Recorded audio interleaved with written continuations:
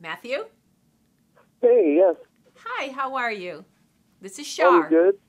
Hi, Char. Nice to Good. meet you. It's so nice to meet you. Would you please ask your question for me? I appreciate that you are reaching out. Sure.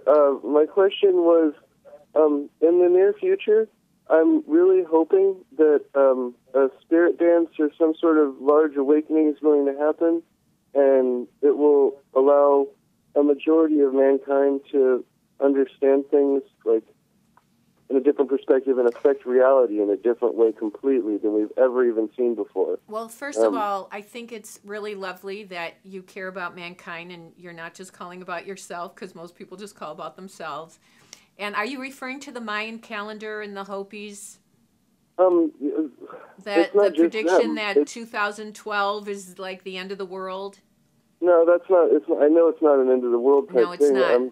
But you I'm want to more. know if people will be enlightened and well, see, what I feel is this the people who say that, the Mayan calendar's ending and the Hopis are predicting that what it is it's an energy shift.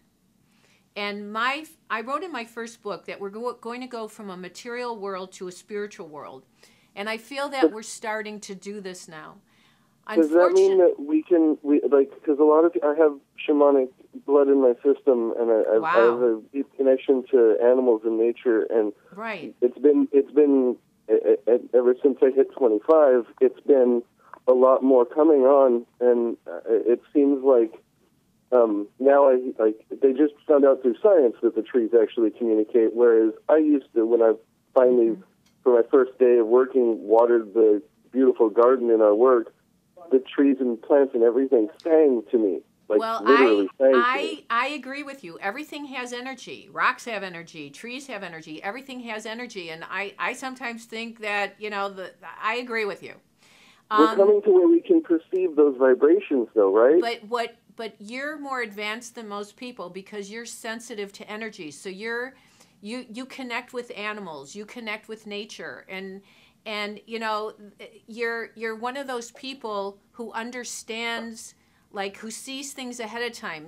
I tell the story about in the tsunami when there were some people who stood there on the beachfront and took pictures of the waves coming while the animals all went inland.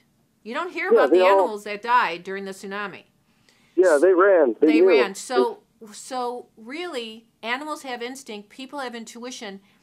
You're more advanced with your intuition and your love for nature and your love for our planet. So will a large number or a small number of humanity reach the level of I feel that there's there are more people awakening to this energy, but I still think we have quite a ways to go. But you're one of those people helping us right now to make people aware of this. Have you? I know this is probably something.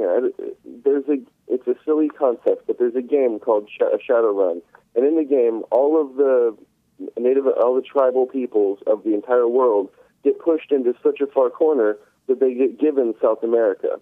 And in the game, they all get together with their shamans and do a huge dance on this giant mountain to try to summon up all of the energy that they could possibly have, and it explodes the mountain with spirit energy and awakens everyone into like weird forms. I actually think that there's something to that, but